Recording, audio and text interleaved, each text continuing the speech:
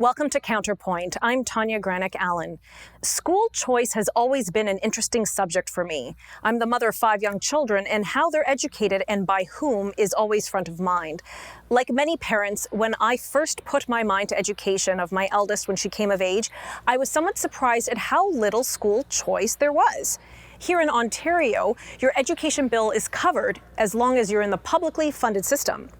If your child needs a more specialized education or something different than the public school down the road, well, you're on the hook. Not only will you pay your taxes to support the public system, you'll also have to foot the bill for any independent and private schools as well. Compare that to other provinces such as Alberta, where enshrined in law is a parent's right to choose the education which best suits their child. This choice includes public and separate schools, francophone schools, charter schools, independent private schools, early education, and home education. Essentially, the funding follows the child, and the parents are the key decision makers. Isn't that the way it's supposed to be? Section 26 of the UN Declaration of Human Rights does state that parents have a prior right to choose the kind of education that shall be given to their children. Wouldn't that mean that parents should get more choice and not less? And this model is similar in other provinces, by the way, including British Columbia, Saskatchewan, Manitoba, and Quebec, but not Ontario, where school choice is just a dream for many parents. But does it have to be that way? Why can't Ontario and other provinces break free from their one-size-fits-all model and allow school choice? Well, joining me now to discuss his recently released report titled Bringing School Choice to Ontario is Dr. Derek Allison of the Fraser Institute and Professor Emeritus of the University of Western Ontario. Welcome, Dr. Allison. Thank you so much for joining me today for this very important discussion, one in which I'm particularly interested in. So why is... My pleasure, Tanya. Thank you. Why is school choice so important? Well, as you said in the intro, it's a human right. It's every child's birthright. It's every parent's right, as you cited correctly, from the Universal Declaration of Human Rights. And I might add, some 23 other international agreements to which Canada is a party to choose the education for their child and to have the state help finance it, fully finance it if possible, but certainly contribute to the cost of the child's education. Besides which, there are all kinds of practical benefits that everybody gains, society at large, and of course the parents and the children as well. So it really is an idea whose time has come for Ontario, indeed whose time is long past. Other provinces, as you noted, have had government-financed school choice for some time, and all major European countries have government-financed school choice. Indeed, there are 6 European countries which have enshrined school choice in their constitutions. There's not even a hint of school choice having any legal status in Ontario legislation. So you mentioned other countries in Europe. Could you name a few that have school choice that would be comparable to Canada, which doesn't have any? The leading countries in Germany are Germany, the Holland, the Netherlands, Holland, Ireland, Belgium, Britain, of course, and France. They all have school choice, financed at a higher rate than the 5 provinces that provide support for schools in Canada. So school choice is a commonplace service or a commonplace availability, right? A commonplace opportunity for the great majority of Europeans. But not in Canada. So why is Ontario, when we look at in Canada itself, we mentioned British Columbia, Saskatchewan, Alberta, some examples of which have greater school choice. In the 45 seconds before commercial, why is Ontario lagging behind these other provinces when it comes to this issue? Ontario has got a history of missing the bus when it comes to major educational reforms. And this is perhaps the best example of all. Gotcha. So basically, when we look at the Maritimes and we look at the prairies, Ontario just completely misses it. Yes, Ontario is behind the eight ball, if we can use that phrase. And the main reason, the main practical reason, is that the McGuinty Liberals came to power in 2003, and they killed a bill that was in place and Right. providing some support. I would like to expand on that just a bit, but we have to cut to commercial, so stick around and we'll be right back.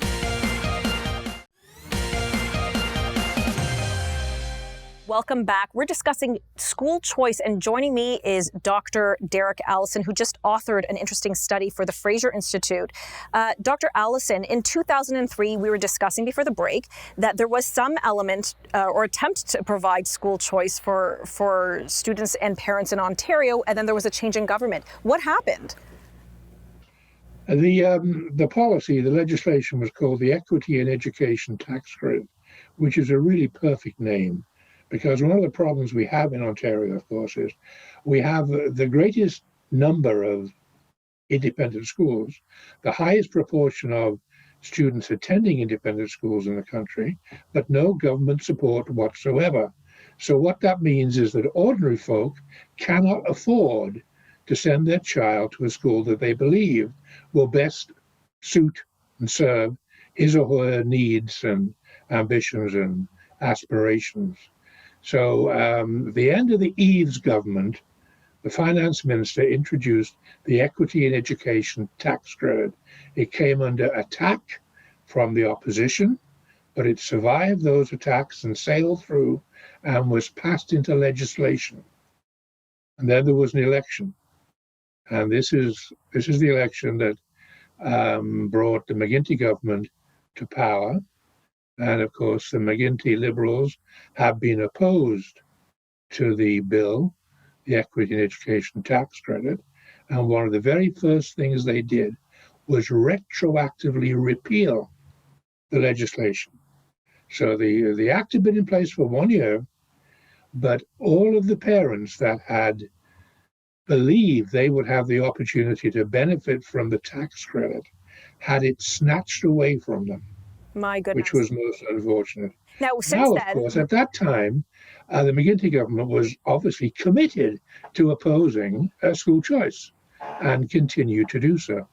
And that obviously rolled into the subsequent Liberal government head by Kathleen Wynne. But now we've had a change. We have a Conservative government led by Doug Ford. Do you feel that there will be any headway on this issue with this new government?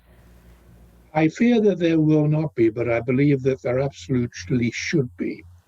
My argument, my view, is that the Ford government should reintroduce an updated Equity in Education Tax Credit as the first installment on bringing school choice to Ontario.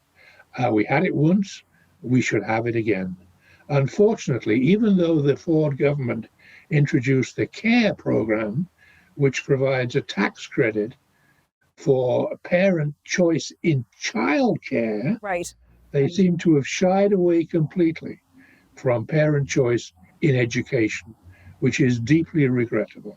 No, I think it's important. In some ways, go ahead. Sorry, continue. It's become the third rail of Ontario politics, and the Ford government seems reluctant to take a stand and act courageously on conservative principles.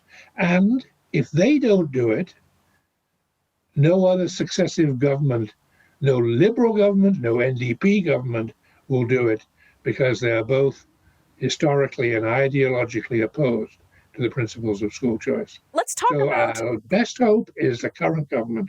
But with COVID-19, let's talk about that for a second, Dr. Allison. We have COVID-19 and we see more people homeschooling. And there are a lot of people opting for virtual classes. They're not sending their children back to school for fear of an outbreak or the pandemic. Do you feel, though, that the stage is actually perhaps inadvertently being set for that discussion on school choice now? It could encourage it, and perhaps it should. I don't really believe that there's any substitute for a good school classroom led by a good teacher and an enthusiastic group of children that can be encouraged to be enthusiastic by a good teacher in a good school. So I don't believe that homeschooling or online education can hold a candle, can hold a torch, can match in any realistic way to a good school. Even so, I believe we are also heading into an age of much greater diversity in education provision in many, many ways. And I see a future where there are likely going to be hybrid kinds of teaching and learning opportunities, which will include regular classrooms, online instruction, and online learning. It's amazing how much people can learn online by themselves without the help of a teacher if they have the appropriate encouragement Right. and support and motivation. So I see that as a possibility in the future. We'll have to see if that flexibility will manifest in the coming months as we continue down this path during COVID. Thank you so much, Dr. Allison, very much for joining me today. My pleasure.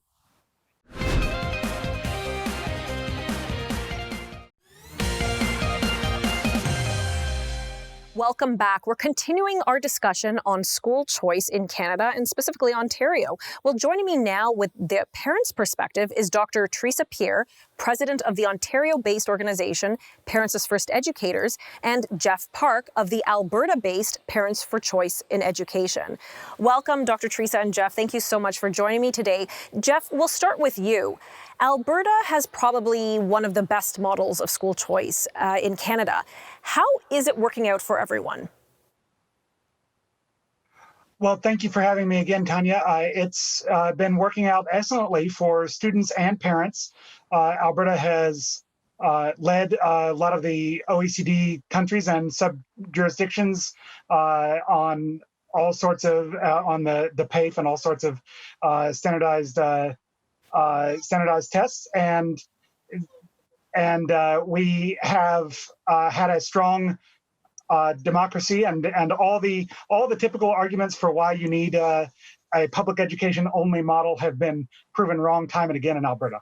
And if I'm clear, in Alberta, the government offers some kind of funding for private independent schools, French schools, Catholic schools, Yes. Montessori's, Waldorf's, you name it, they offer it. Absolutely. Catholic schools, Francophone schools are fully funded at the same rate as the fully leaded government schools. The independent schools are funded at 70%, and even home education charter schools funded 100% without the capital funding. Alberta is the only place in Canada that has the charter schools, and even home education is funded at $850 a year if you want to have what they're now calling a supervised model of home education, or nothing if you want no government interference at all. Wow. So there's even choice with respect to homeschooling. You can either accept the government funding or not. So it's $850 per student per year. Dr. Pierre, you're a parental rights advocate and you're in touch with parents all over the province here in Ontario. How much of a demand is there for school choice, especially after hearing what Jeff has just described? Yes, we've been hearing these reports since the late spring of increased demand for private schools in Alberta, in Saskatchewan, Ontario, and Quebec. So it's looking like there is a lot of mobility, due to the COVID situation. Parents were having health concerns about the public schools, as well as maybe how fast they were able to pivot to meet the demands of online schooling. So, in fact, we recently polled our own members on the topic of school choice and whether they supported the idea of being able to take your child to a district outside of your own or a charter school, that kind of thing. And the numbers were overwhelming in favor. So we had 96% of our Parents as First Educators members telling us, yes, they were in support of school choice. Only 1% said no, and 3% were unsure. So big numbers saying that this could be a wave of the future. So you're a parent, you have children in school systems or of school age. What would you or what would parents in general like to see in terms of school choice? Well, I think that it could be accomplished in a number of ways. What has been done in the past in Ontario was a tax credit for parents seeking to enroll their children in religiously based non-government schools. And that only lasted for a year. That was back in the early 2000s, and then it was taken away. But certainly it would be a way of gradually, incrementally bringing in the idea of school choice to assist parents with a certain amount. Another way to do it would be to just outright grant parents an education amount and just make it open across the board. Take your $12,000 education amount and be able to take that to the school or educational model that you would like to choose. And Dr. Pierre, is that what the amount is in Ontario? Is it $12,000 per student? Do you know offhand? Roughly, yeah. Yes. $12,000. So you're thinking maybe a voucher system. I think that's what some folks call it, where the money follows the child and you kind of get this voucher, if you will, for school, and you plant it at whatever school that you choose to send your child to. I think a lot of parents would support that, whether that's something that would be palatable immediately. Maybe this a smaller amount and more gradually phased in might be easier said than or easier done in Ontario. Okay. But yes, a voucher system. Well, we're going to pick up this discussion right when we come back from this commercial break. Stick around.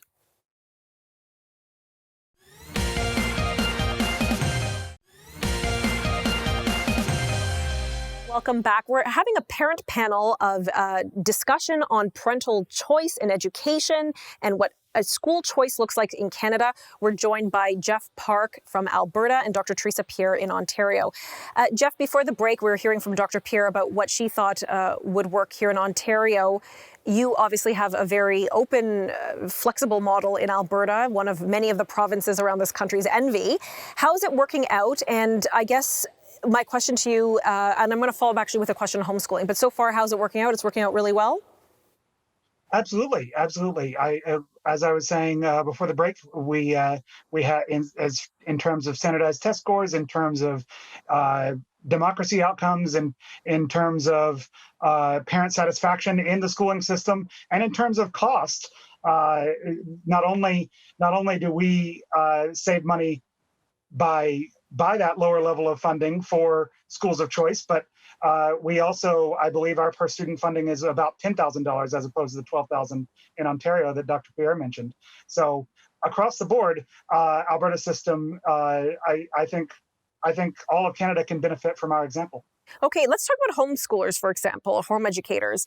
One complaint for some home educators is that they don't like the government oversight. Is this a particular worry in Alberta, both for the government who wants to have oversight or for the parent who doesn't want the government oversight? Right, absolutely. So having the two choices between what they call supervised, which means supervised by an associate board or by a private school that is administering a home education program, versus unsupervised, which is just the parent. No one's being left to the wolves either way. So for the supervised model, there you can have the funding, have the oversight, have a facilitator who's experienced in home education. That's what Alberta has had for as long as my family has been here, and we home educate, and we have home educated with that as the model. And then now, as of, I believe it was July 15th, we have the option to go into a notification only, no funding. And the promise of that is that there would be even less government reach into that and have true choice for parents across the full spectrum. So for parents who don't want the government breathing down their back, for example, that might appeal to them more than the government oversight model. So it's interesting that you have that option. I wasn't aware of that. So that's I find very fascinating. Teresa, I mean, this is light years away of what you have here in Ontario. You mentioned COVID. Mm-hmm. Do you think COVID-19 sets the stage for more parents demanding the choice? You mentioned that the public schools were a little slower on the uptake to get their virtual learning models going. Private schools had them sometimes in 48 hours. Do you think we now have a stage set for this? I think that it's a question worth watching. One of the big questions in my mind anyway is what might happen if the numbers go up again and there's a shutdown. will the different school boards be able to accommodate all of the online learners that might then be pushed into the system? So in that case, I believe that the Alberta Schooling Association has reported increased numbers, since April and continuing on into this fall. And I would expect that trend to possibly continue.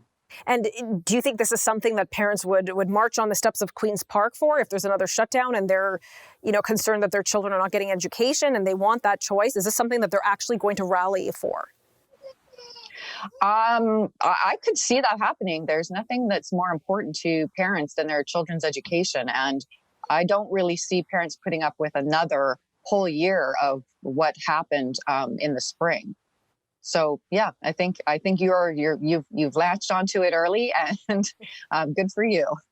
Well, we'll have to see, I suppose, what the future holds for schooling across Canada, and of course, school choice, which was an issue before COVID, and perhaps even more so now after. Thank you, Jeff, for your help. Dr. Teresa Peer, thank you both for joining me, and we'll have to see what happens in the coming months. Thanks for having me.